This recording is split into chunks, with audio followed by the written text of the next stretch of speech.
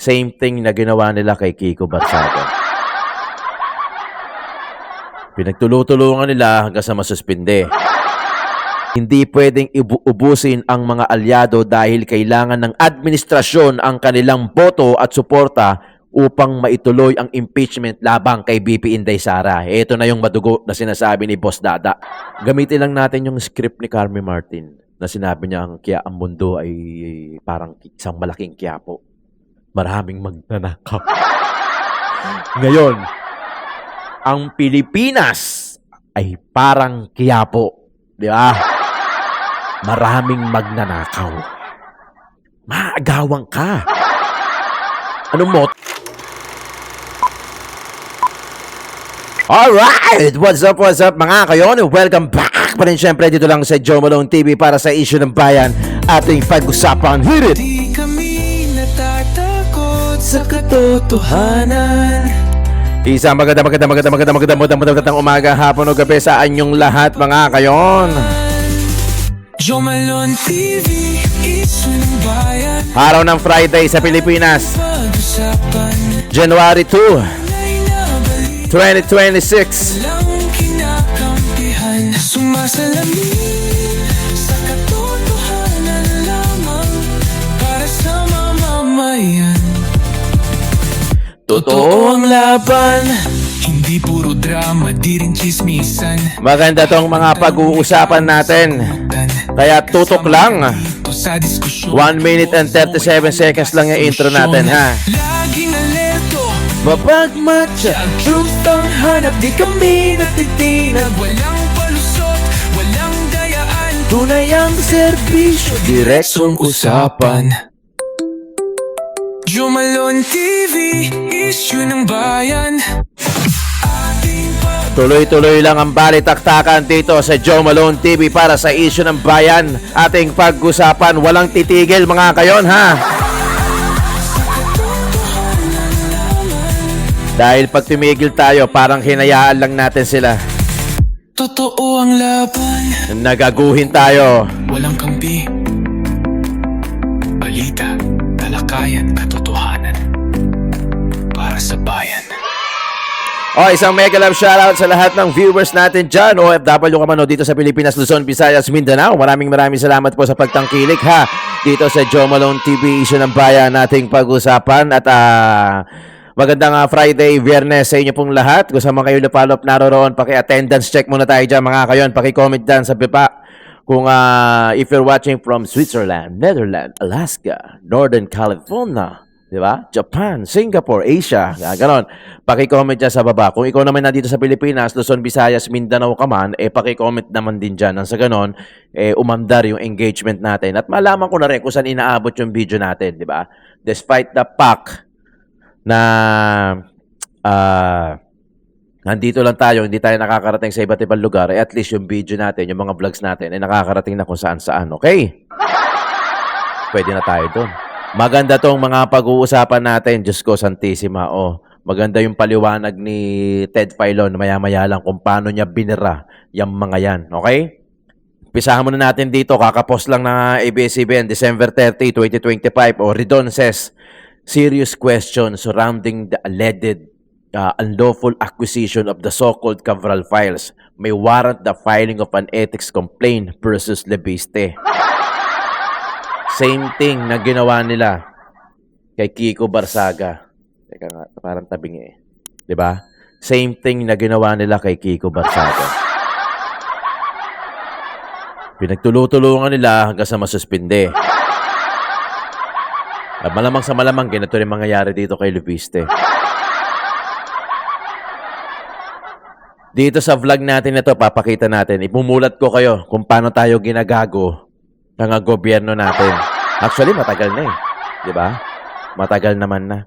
Parang sila lang yung nasusunod. Sila lang yung pwedeng mag-imbestiga. Maganda yung mga ipapakita natin sa inyo. Talagang pamparealize eh. Di ba? Pero kung tatakbo ito sa pagkasenador sa 2028 election, iboboto mo ba? Patay. Alam nyo, sa punto na to, I'm sure marami namang magko-comment na hindi. Di ba? Ang tanong kasi, Ang tanong kasi, lalaban ba yan ng mga yan, ng patas?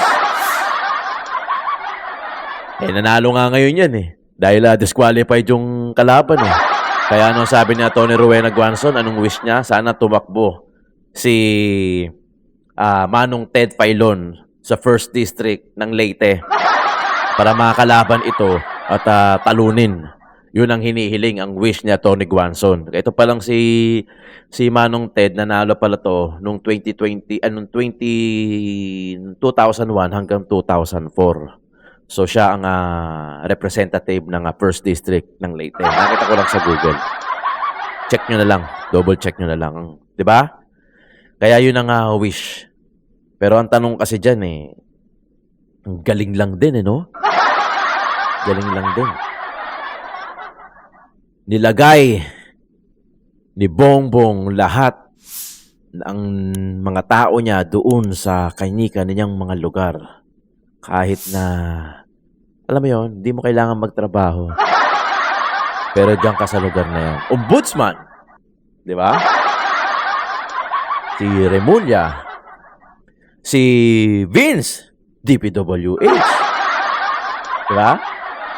Nakalagay sa pwesto. Yung Blue Ribbon Committee, nung maganda na yung talakayan, maganda na, malapit na sa katotohanan, tuwan-tuwa tayo nun, di ba? Tandaan nyo, tuwan-tuwa tayo nun. Pinalitan si Marcoleta. Bago pinalitan si Marcoleta, pinalitan muna si Cheese para walang magreklamo kasi Senate President eh. Di ba? Pinalitan si Cheese, pinalitan si Marcoleta, tapos parang nawala sa linya yung Blue Ribbon Committee, ang pinalit yung ICI. Di ba? Yan ang sinasabi ko. Ombudsman now verifying Leviste files. Kakampi nyo din yung ombudsman eh. Diba? Kakampi nyo din yung ombudsman. Diba? Kaya talagang swak lahat sa banga. Sobrang planado. Sobrang planado. Ang sumablay lang sila kay BP Inday Sara. Kaya ngayong February, gagawin nila ulit yan. Malamang nag-iisip na. Kasi yan lang ang tinik nila si BP Inday Sara. Pag nawala si BP, gaya nung post ko sa Facebook, mga kayon, subscribe nyo rin ako sa Facebook, sa TikTok. Kasi iba yung post ko sa Facebook, sa YouTube. Yung Facebook saka yung TikTok, parehas lang yan. Pero yung iba yung content ko sa YouTube, kasi mahaba to, reaction. Iba yung mga content ko sa Facebook. Kasi sa Facebook, pwedeng photos lang eh. Gaya ng pinost ko. Ano pa yung pinost ko? Sa Facebook, mga kayon, grabe yung ginagawa nilang panggagago sa atin. Sana ma-realize to ng iba. Sana wag matapalan ng pera, ma-realize ng iba na talagang manipulated eh. Lahat planado. Lahat planado. Opinion ko to entitled ako rito. Hindi ko kayo ine-encourage na maniwala sa akin. Pero opinion ko to eh. Ito yung nakikita ko bilang sumusunod sa mga issue. Nakikita natin kung paano natin napagduduktong-duktong. Ang name natin sa Facebook, Joe Malone TV. Teka lang, hanapin ko yung pinost ko.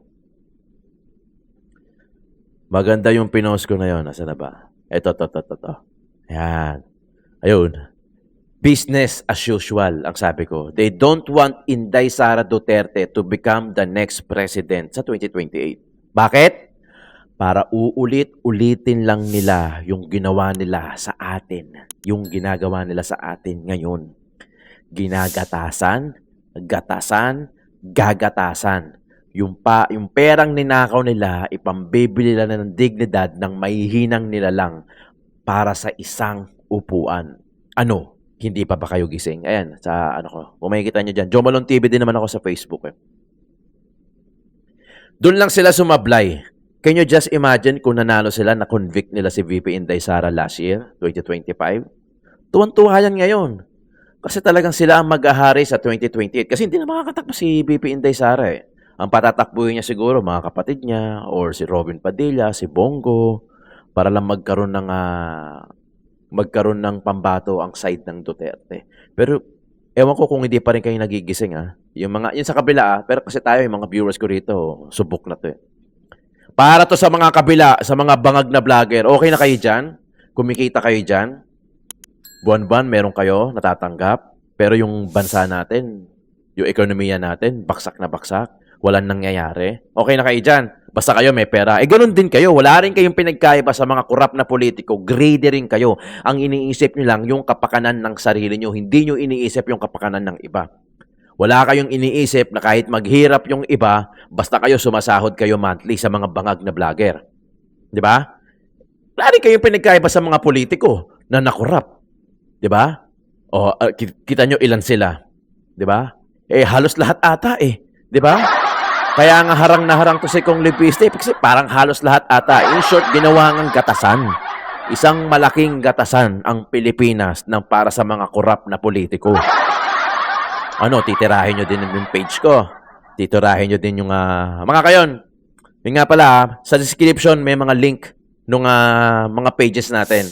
Mga YouTube channel natin. Paki-subscribe. Dahil si Joey DeVib, yung every other day niya, wala na. Wala na yung Facebook page. Si Kwentong Bulilit, yung BP Inday Sara na maliit, restricted yung account. So ngayon, ang tinitira nila si Jess. Si Jessa, yung dating nurse ni Tatay Digong. So unti-unti nila kasi may pambayad sila. Kasi nga nakakulimbat sila na malaki. So nakakulimbat sila na malaki, meron sila pambayad sa mga consultant, kuno, na magre-report ng mga pages na regarding Duterte. Yung mga tagapagtanggol kay Duterte, marireport nila, mabibigyan nila ng mababayaran nila hanggang sa ma-takedown, hanggang sa wala na. Buti na lang, itong mga to, marami rin mga pages, sila Joey DeVib, marami mga pages yan, may mga backup na pages. Kaya nga ako may backup din. Kaya yun nga yung hinihingi kong suporta sa inyo mga kayon. Paki-suporta yung paki-subscribe yung mga channel natin dahil syempre hindi ayaw lumaban ng patas ng kalaban. Ayaw lumaban ng patas ng kalaban. Mga kayo, may papakita ko sa inyo. Ito post ni Mike Defensor sa Facebook. Tinabi ko talaga. Yan, kita nyo na. Isang malaking picture. May warrant of arrest. Nakakulong at may kaso. Illegally detained. Marcos at Romualdez Mastermind. Witness Protection Program. Ang script, Bernardo at Alcantara. Di kasama sa script. Saldico, Gutesa at mga Diskaya. Medyo mahaba ito pero basahin natin galing kay Mike Defensor. Ang dalawang mukha ng katotohanan, ang script at ang ligaw na testimonya sa flood control scandal. Executive summary. Sa pagpasok ng taong 2025, tila planchado na ang naratibo ng administrasyon ukol sa bilyon-bilyong pisong nawala sa flood control projects. Malinaw ang ending na nais nilang makita ng taong bayan. Si Saldico ang mastermind at ang gobyerno ay naglilinis ng bakuran. Gayunpaman, sa likod ng official ng script ay may mga testigo nagsasalita ng mga detalye na pilit iniwawaksi o binabalanse ang mga nasa kapangyarihan dahil sa panganib na tamaan ng mga kakampi. Okay. Ang mga hindi kasama sa script, the inconvenient truths, ito ang mga testimonya at pangyayari na sumira sa malinis na kwento ng administrasyon. Sila ang mga nagsalita ngunit hindi pinakinggan o di kaya nagsalita ng sobra kaya naging panganib. Parang si Saldico lang yan, di ba? Ang mag-asawang Diskaya, the original whistleblower. Ito yung sinasabi ko na makukuha na ni Rodante Marcoleta to kaso bigla siyang pinalitan. Tapos iniba yung goal, okay? Sina Curly at Sara Diskaya, St. Timothy Construction ang unang bumasag ng katahimikan. Sa halip na gawing state witness gaya nung gusto ni Rodante Marcoleta ay sila ay ginipit. Okay, status. Denied sa Witness Protection Program, WPP, kasalukuyan nakakulong si Sara Diskaya. Ang kanilang revelasyon, nagbigay sila ng listahan, tandang-tanda nyo, ng mga mambabatas na tumanggap ng komisyon o kickback. Ang problema, masyadong maraming aliado ang tinamaan. Kaya dyan na nawala si Rodante Marcoleta. Recap to recap.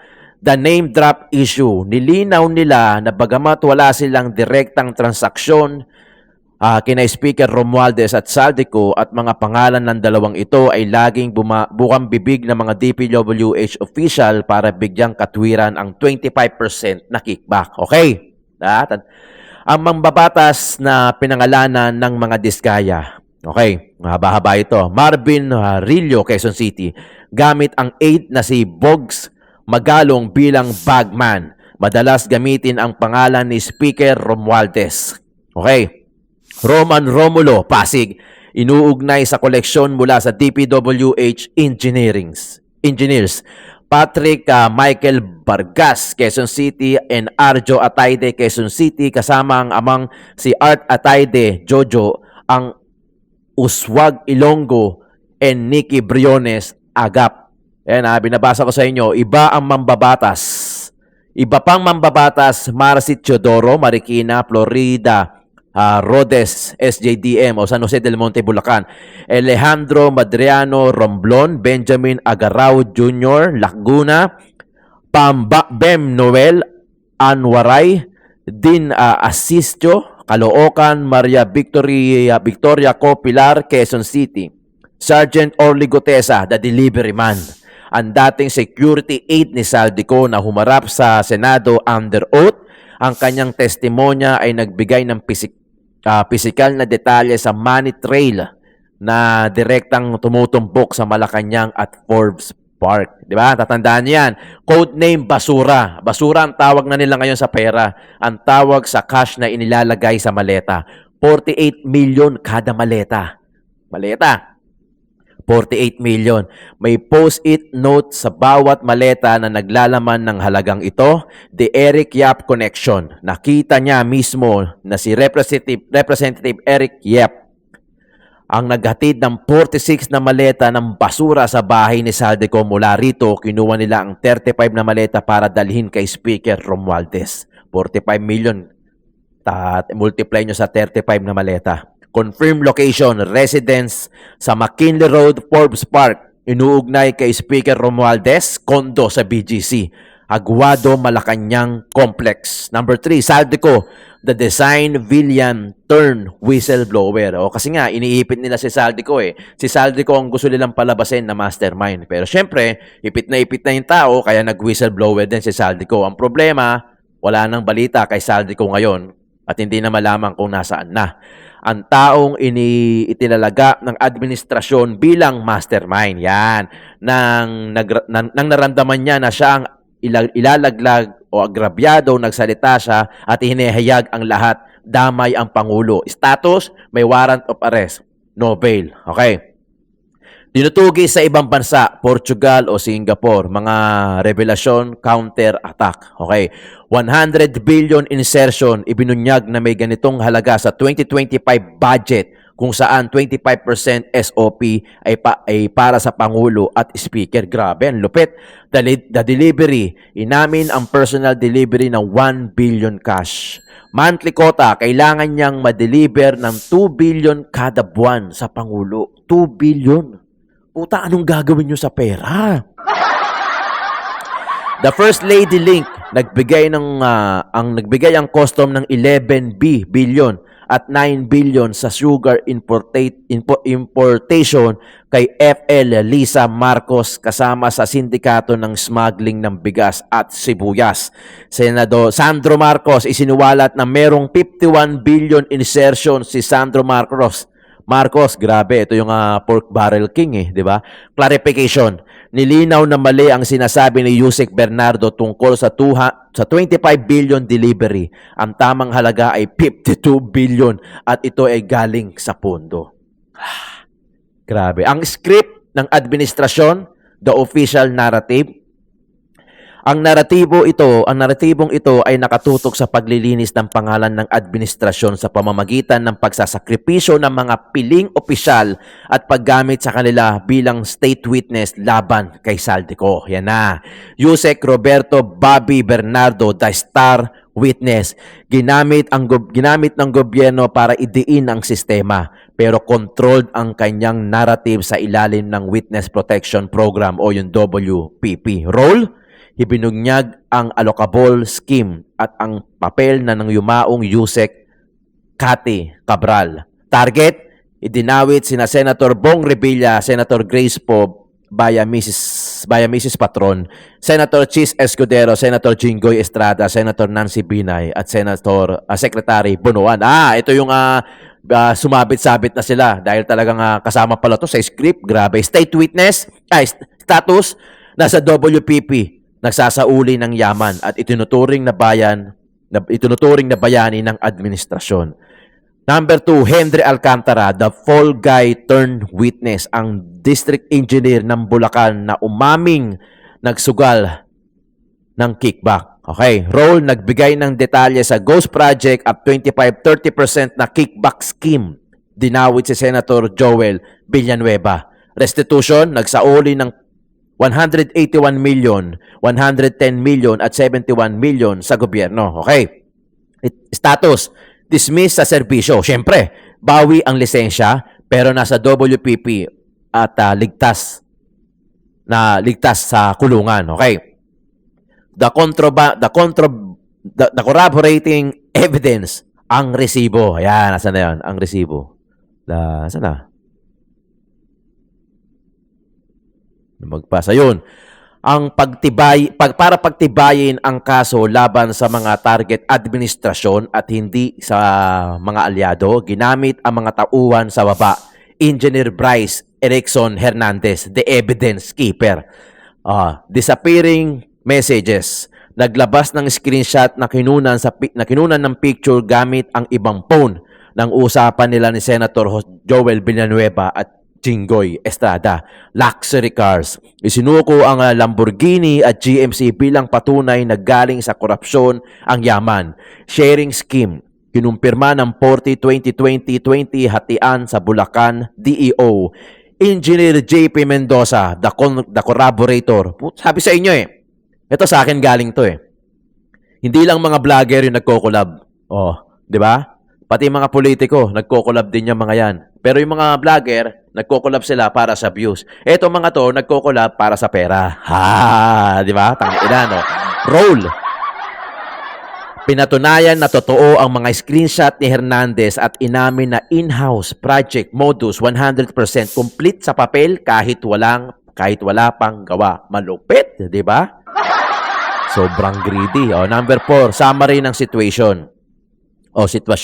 January 2026, malinaw ang game plan ng administrasyon. Ikulong si Saldico, siya ang muka ng korupsyon. Ang kanyang mga akusasyon laban sa Pangulo ay itinatratong desperadong hakbang ng isang pugante. Baliwalain ang Diskaya at Gutesa dahil ang kanilang testimonya ay tumatama sa inner circle, Romualdez, Malacanang at maraming congressman. Sila ay ginipit, question ang credibility o ikukulong. Gamitin ang DPWH witnesses, sina Bernardo, Alcantara, Hernandez at Mendoza ang mga ginamit para magkaroon ng legal victory. May makasuhan, which is nangyari na, may naibalik na pera, nangyari na, at may hustisya. Yun ang hindi pa nangyayari. Basta't ang hustisyang iyon ay inaayon sa script.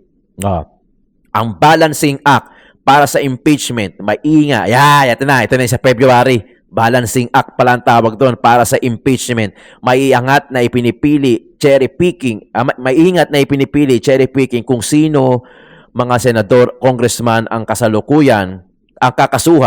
Hindi pwedeng ubusin ang mga alyado dahil kailangan ng administrasyon ang kanilang boto at suporta upang maituloy ang impeachment labang kay BP Inday Sara. Ito na yung madugo na sinasabi ni Boss Dada. Ito na yung madugo ngayong taon. Ang listahan ng mga kasalukuyang ay calibrated para protektahan ang numbers ng Kongreso at Senador. Remember, it's all about numbers. Okay? Yung impeachment, it's all about numbers. Yung botohan, lahat yan, numbers. Kung totohanin at hihimayin ang lahat ng ebidensya ng walang halong politika, iisa lamang ang tinutumbok ng investigasyon. Ang tunay na script ay nagpapakita na hindi lamang mga kontraktor o mga middleman ang may sala. Ang mga ebidensya, lalo na ang mga testimonya ni Saldico at Sergeant Gutesa ay direktang nagtuturo kina Speaker Martin Romualdez at Pangulong Bongbong Marcos bilang mga mastermind at utak ng malawakang korupsyon sa gobyerno. Ang kasalukuyang crackdown ay hindi paglilinis, kung hindi pagtatakip sa kanilang papel sa pamamagitan ng paghuhugas kamay at pagtuturo sa iba. At sasabihin niya, dagdag ko lang, na ako ang nagpasimula ng investigasyon. So bakit ako ang igigisa nyo? Ang galing! Ang galing! Di ba? Pero gasgas na yon, Mr. President. Yung ganong klaseng dahilan na ako nga ang nagsimula eh. Matama, syempre, para iisipin ng tao, hindi yan. Kasi kung yan, bakit niya pa sisimulan yung investigasyon sa korupsyon? Baka nakalimutan mo yung sinabi mo. Yung mga flood control projects natin, nandiyan lang yan. Over 5,500, something like that. Na-overwhelm lang. Okay. And this is mine. Hindi na naman tayo umabot kay Ted Filon. Sa next, mamaya na lang. Okay, ganito. Gaya nung post ko. They don't want BP Inday Sara to be the next president of the Philippines Republic.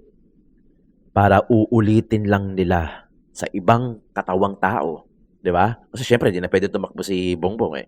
Sa ibang katawang tao, uulitin lang nila kung ano yung ginawa nila sa atin ngayon, kung ano yung plano nilang gawin sa atin ngayon, at kung ano pa yung gagawin nila sa atin ngayon. I mean sa atin, sa pondo ng bayan. Dahil si BP Inday Sara ang haharang sa kanila. Kaya ganun na lang kung bakit, tangina, hindi pa kayo gising, mga bangag na vloggers? Mga bangag na loyalista? Hindi nyo ba nakikita? Asan ang utak ninyo? Hindi nyo nakita yung point? They don't want BP Inday Sara to be the next president kasi gagamitin nila yung pondo. Pare-parehas lang kayo kung iisipin nyo. Okay na kayo, kumikita kayo dahil pinagtatanggol nyo sila. Mga loyalista, mga vloggers, pinagtatanggol nyo, kumikita kayo. Wala kayong pinagkaiba sa mga korap na politiko. Na ang inisip lang yung kapakanan, yung income ninyo. Paano naman yung iba? Paano naman yung buong Pilipino? Sobrang greedy na nyo. Sa sobrang greedy nyo, hindi rin kayo mapupunta sa langit. Remember, we are all sinners. Hindi natin kayang bayaran yung mga kasalanan natin. Only Jesus can do that. Sa channel ko, hindi lang ako magmamarunong dahil hindi naman ako marunong. Ilalatag ko lang lahat. Through our realization, through our observation, lahat doon lang, ililinaw ko lang sa inyo. Ilalatag ko lang yung mga issue. Tapos medyo ipaparealize ko din sa inyo. Pero hindi ako nagdudunong-dunungan. Pagka hindi ko alam, hindi ko itatapik yan. Pero ito malinaw eh.